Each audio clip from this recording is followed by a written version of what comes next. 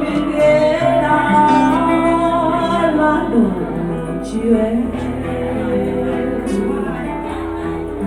anh còn ở ai dòng xưa bên cô dòng xưa bên cô con sông bên đê anh còn là em chim về với nhau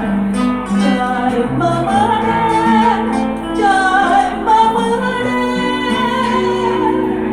anh còn là em nụ hôn vội vàng nụ hôn vội vàng nắng nhói qua trời